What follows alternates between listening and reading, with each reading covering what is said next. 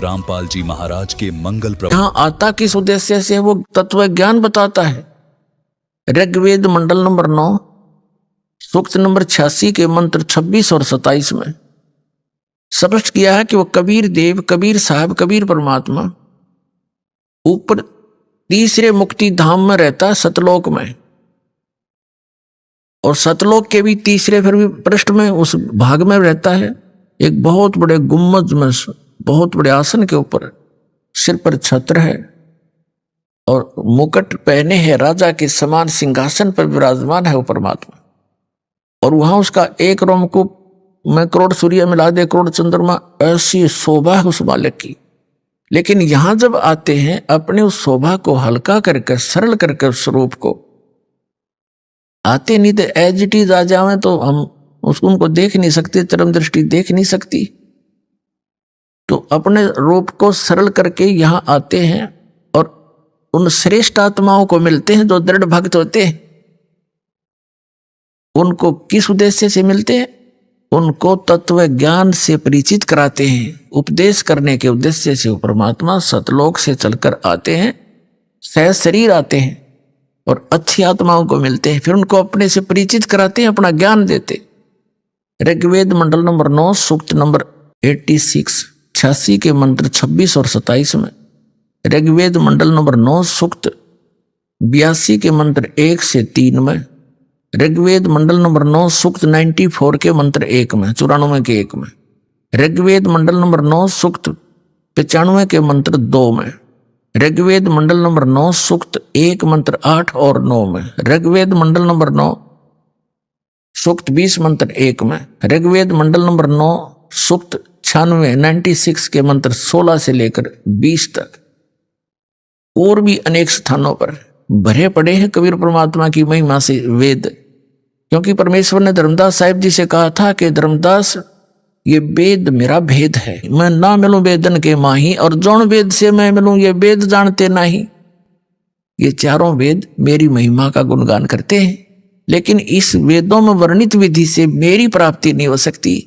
मेरी प्राप्ति जिस वेद से होगी वो वेदों वर्णन नहीं है, वो वेद जानते नहीं। वो कौन सी है? जो गीता जी अध्याय नंबर 4 के श्लोक नंबर 32 में कहा है कि वो सच्चिदानंद घन ब्रह्म की वाणी में वो कंप्लीट ज्ञान है भगवान के पाने का और सभी धार्मिक यज्ञों की यथार्थ जानकारी। तो वो परमात्मा उस विधान अनुसार अच्छी आत्मा आदरणीय गरीबदास साहिब जी उस नेक आत्मा को मिले, सचखंड लेकर गए, सतलोक दिखाया, सब ब्रह्मांड दिखाए, जहां मालिक रहते हैं वो सतीथि दिखाई, वहां हंस कैसे रहते हैं, वहां कैसी सृष्टि है, वहां सदाबहार वृक्ष है, सुंदर सुंदर पहाड़ हीरे पन्नों से जड़े हुए, यहां तो पत्थरों के पहाड़, वहां हीरे पन्नों के जवाहरातों के पहाड़ हैं।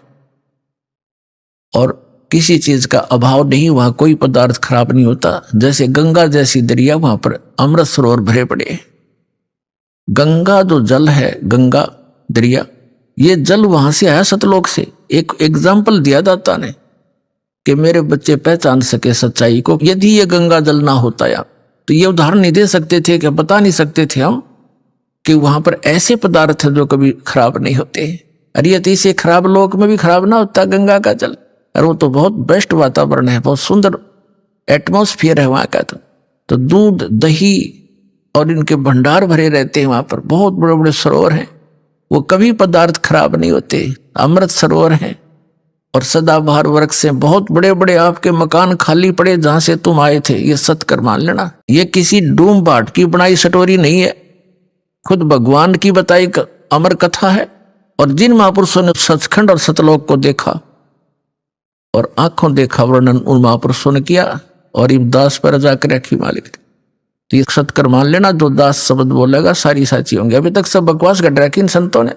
इन कबीर पंथियों को नहीं मालूम, अटपट मारते हैं। सतलोक में प्रकाश ही प्रकाश है, आत्मा जाकर मिल जाती है। एक आधा थोड़ी सी चतुरता दिखाता है कि उसमें बिंदु टाइप आत्मा मछली की तरह घूमती रहती है, वो प्रकाश ही सतलोक है, वही सतपुरुष है, वही सतनाम है। वो ये है वो नकली कति। अब देखना सच्चाई सामने आएगी।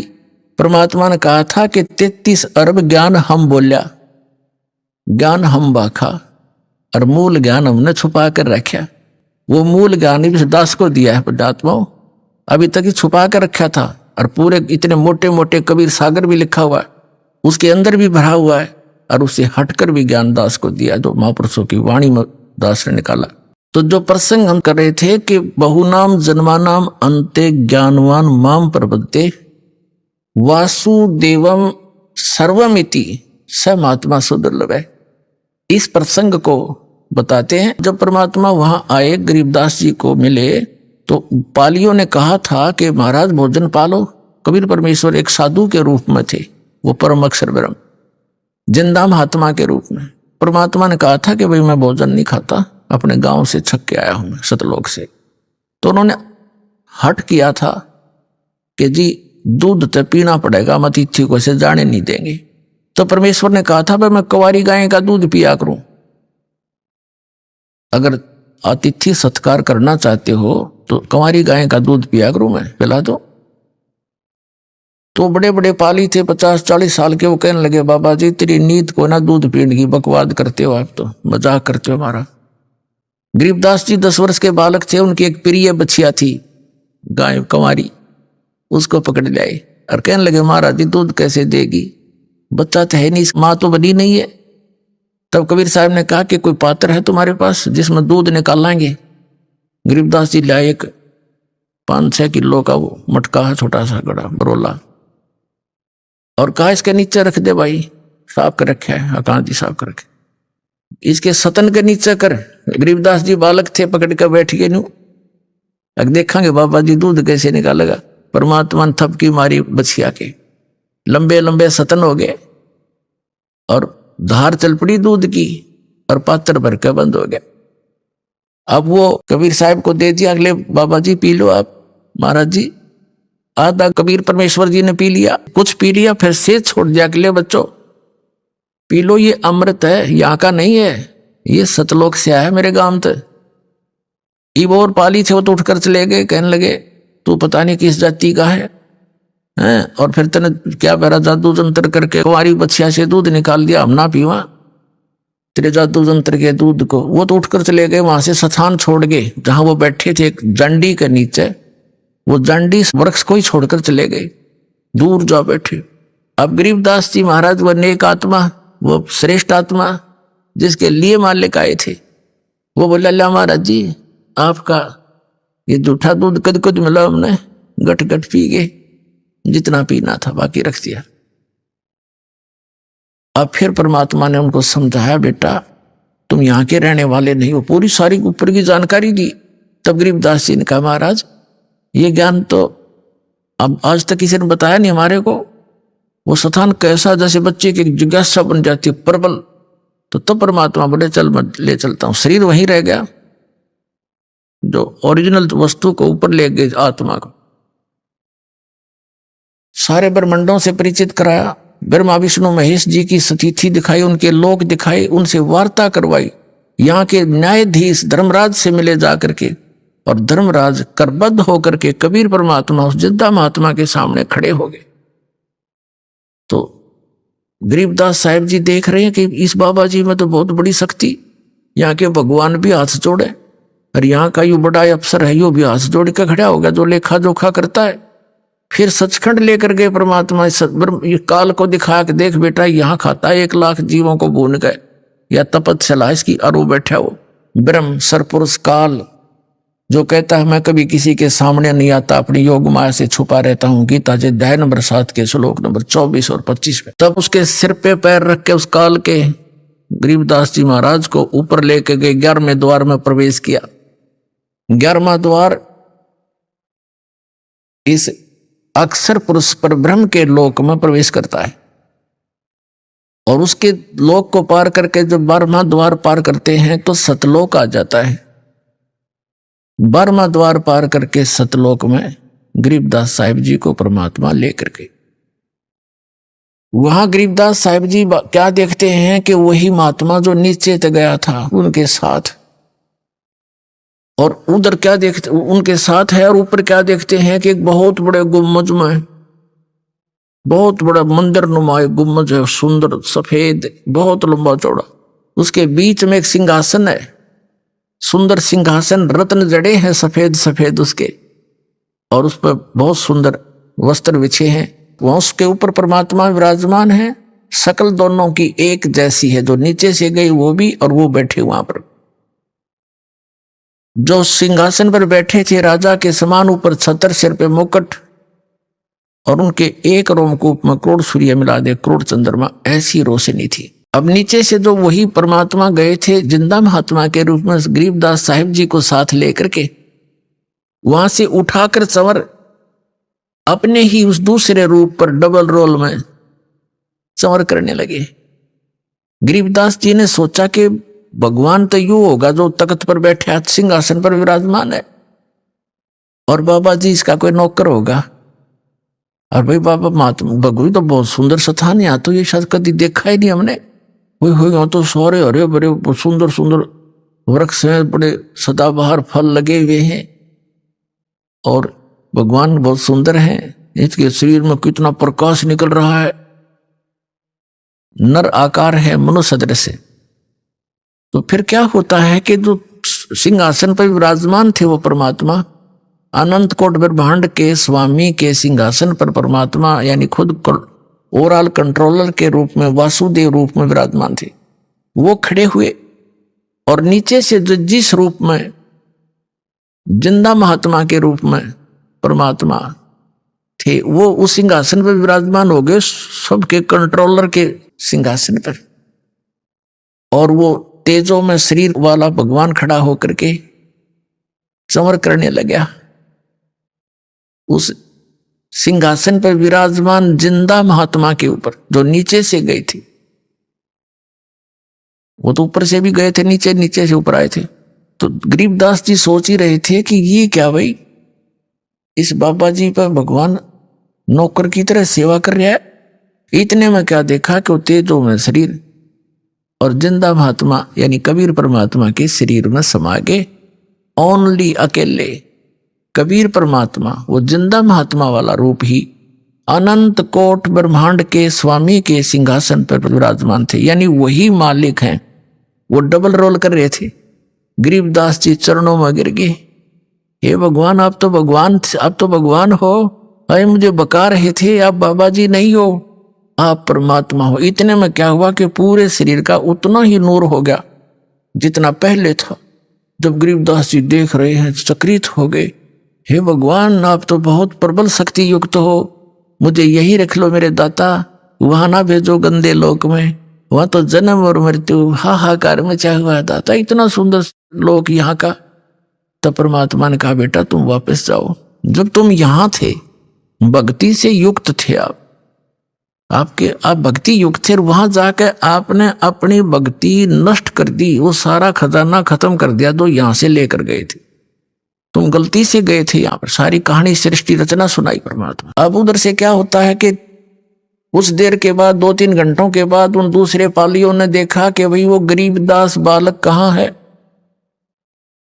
क्योंकि सबकी टर्न आती थी गौओं को घेरने की, क्योंकि किसी की खेती में ना बढ़ जाए खराब कर दे। तो उनकी अपनी अपनी ड्यूटी होती थी, 1 घंटे किसी की, 1 घंटे उसकी, 1 घंटे इसकी। जब गरीबदास जी का नंबर आया, उसकी बारी आई, तब उसकी खोज हुई कि कहाँ वो, बुला उसको, अपनी पारी पर खड़ा होगा।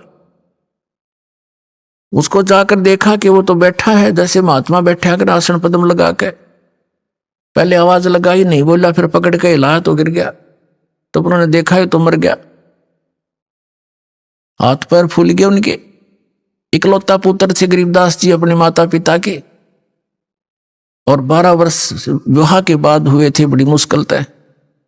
इकलौते पुत्र इतने बड़े जमींदार के, छोटा सा गांव था छुडानी, 40 घर होंगे मुश्किल से, परिवार होंगे। तो 1.5 किलोमीटर की दूरी पर वो स्थान था जहां परमात्मा मिले थे गरीबदास जी को। गांव छुडानी जिला झज्जर हरियाणा में आज भी वो यादगार विद्यमान है। कबलाना गांव से और छुडानी गांव को अब तो पक्की सड़क बन गई, पहले कच्चा रास्ता था। उस सीमा के ऊपर थोड़ा सा 1 किला अंदर ने छुडानी के खेतों में आज भी वो यादगार बना रखे, एक मंदिर सा बना रखा उन्होंने कि यहाँ परमात्मा आए थे। एक जांडी का वृक्ष था वहां पर, वो आज भी यानी अवशेष बकाया है सच्चाई के। तो गांव भागे आए, गांव वाले लोग फिर 1.5 किलोमीटर कोई देखा बच्चा मरा पड़ा है, घर लाए, घर से फिर शमशान घाट पे ले गए, फूकन की तैयारी कर दी, चिता पर रख दिया। तो परमात्मा ने कहा बेटा तुम जा, मैं तेरे साथ रहूंगा और भक्ति करना। इस भक्ति की कमाई तक, भक्ति की शक्ति से तुम पुनर्चार्ज होकर के यहां आ सकोगे। और उसके लिए मैं ऐसा मंत्र दूंगा, ऐसा मंत्र दूंगा कि एक बार ऐसी विधि बताऊंगा, पर ये अभी डिस्क्लोज ना करना, तू खुद भक्ति करना से। एक सतनाम दूंगा 2 अक्षर का, जिसमें एक ओम मंत्र है, एक गुप्त है, ये दास बताएगा केवल उपदेशी को। तो इसकी एक बार की कमाई तय, एक बार की कमाई तय, एक श्वास उस श्वास की के सिमरण तय इतनी कमाई बन जाएगी कि यहां के एक ब्रह्मांड में 14 लोक होते, कहते 14 लोक भी उस एक दूसरी तराजू में रख दे, ताखड़ी में, एक पलड़े में, और एक तरफ रख दे इस एक सतनाम के सुमरण की कमाई वैल्यू।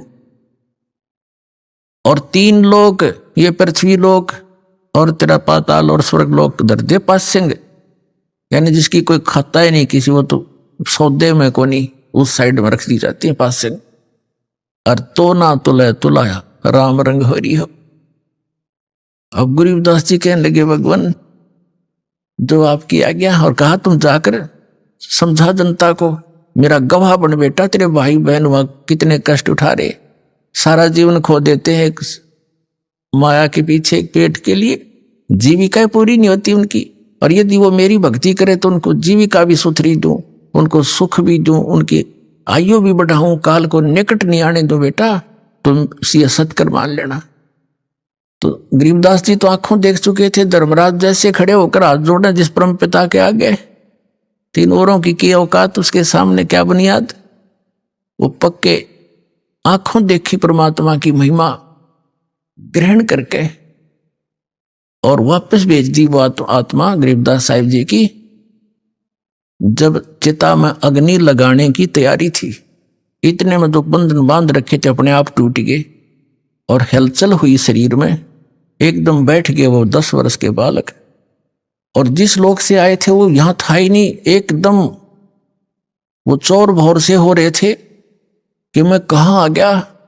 और उसके अंतःकरण के अंदर, गरीबदास साहिब जी के अंतःकरण के अंदर परमात्मा ने ये संपूर्ण अध्यात्म ज्ञान भर दिया। जैसे एक मोबाइल से दूसरे मोबाइल में 10 घंटा का भी प्रोग्राम लोगों का नुफैक्स हो जाता है, दूसरे से लोड हो जाता है बगैर किसी वायर के। ऐसे परमात्मा ने गरीबदास साहिब जी के अंतःकरण में, उनके कंप्यूटर में डाल दिया। अब फिर वो वही कंप्यूटर बोले, जैसे नानक साहब जी कहते हैं, वो तो भाई जैसे चाहिदा ऐसे बुलाईदा, वो तो जिसको जैसे चाहता है उससे वैसा ही बुलवाता है। तो उस गरीबदास साहिब जी ने खड़ा होकर के जो परमात्मा से प्राप्त ज्ञान को लोकोक्तियों के माध्यम से, दोहों के माध्यम से बोलना शुरू कर दिया। किसी की नहीं सुने, ना नु बतावे, सीधे शब्दों में कित गया था, लगे बताने। अनंत कोट ब्रह्मांड का एक रति नहीं भारे, सतगुरु पुरुष कबीर हैं ये कुल के सिरजनहार। इस तरह लगे वाणी बोलने। तो गांव वालों ने सोचा लड़का पागल हो गया, जीवित तो हो गया पर यो मेंटल हो गया। उनको बावलिया कहने लगे, पागल कहने लगे। शुक्र मनाया घर वालों ने, कुल के लोगों ने, कि कोई बात ना, जैसा भी बांगा बौला पागल है, जीवित तो हो गया। या इसकी माता इस बावड़े ने देख देख कर जी लेगी ना, या बेहोश होगी थी। अब वो कहने का भाव ये है, 2-3 वर्ष बीत गए, 3 वर्ष बीत गए, ऐसे ही वो ये वाणी बोल रहे होते हैं। वो गांव वाले उस बात को समझ नहीं पा रहे, बोल क्या रहा है। यो सौदा फिर ना ही संतो, यो सौदा फिर ना ही, ये लोहे के सताव जाते काया देश राही। 3 लोक और 52 चतुर्दश सब जग सौदे आही, दुगने दुगने करे चौगने किन्हु मूल गवाई। बच्चा में बैठ कर लाग जाइए बाणी बोलने, बड़ा में खड़ा हो वहां बोलने लग जाए वाणी, लेकिन सब कहने लगे मेंटल है, इस तरह बात करो। अरे मेंटल खुद हम, और कह उस भगवान से परिचित आत्मा को मेंटल, हमारी इतनी संकीर्ण बुद्धि है। 3 वर्ष के बाद एक दादू पंथी संत आदरणीय दादू साहेब जी को भी परम अक्षर ब्रह्म कबीर देव जी, कबीर साहेब, वो धानक कबीर गरीबदास साहेब जी को बताया था परमात्मा ने कि बेटा मैं 120 वर्ष बनारस में रह के आया हूं, 120 वर्ष काशी में, और कबीर मेरा नाम है, और वहां जुलाहे के नाम से प्रसिद्ध था, मैं जुलाहा मेरा कर्म था, और मैं प्रत्येक युग में एक लीला ऐसी ही करता हूं कि अपनी पाने के लिए जो क्रियाक्रम उचित है एक भक्त को, और कैसी उसकी रहनी हो, कैसा उसका विचार हो, और कितनी आवश्यकताएं रखे भगत, वो मैं खुद ही एक उदाहरण दे के आता हूं कि यहाँ घने धन की जरूरत की आवश्यकता नहीं। जो भक्ति चाहता है उसने परमात्मा की इच्छा रहनी चाहिए, और जो भगवान से जुड़ गया तो उसको किसी चीज का अभाव रहेगा ही नहीं, समय आने पर सारी पूरी करता है। इसलिए हम भगवान को खोज रहे। कहते कल्पे कारण कौन है कर सेवा निकाम, और मन इच्छा फल देऊंगा जो पड़े मेरे ते काम। जब भगवान के सतर का काम होगा बेटा, न्यू मैं खड़ा पाऊंगा। तो इस प्रकार सारी कहानी बताई है। तो परमात्मा ने गरीबदास साहिब जी को अपनी सारी महिमा बताई थी। इसी प्रकार आदरणीय दादू साहिब जी भी 8-9 वर्ष के थे, और वो बच्चों में खेल रहे थे अपने गांव से बाहर। वहां परमात्मा आए इसी प्रकार जिंदा महात्मा के रूप में। उनको भी फिर ऐसे ही ज्ञान सुनाने लगे, और बच्चे तो उठ के चले गए, अकेला रह गए। दादू साहिब जी की आत्मा को भी सचखंड लेकर गए, फिर वापस छोड़ा। 3 दिन तक बेहोश रहे थे दादू जी, 3 दिन और 3 रात,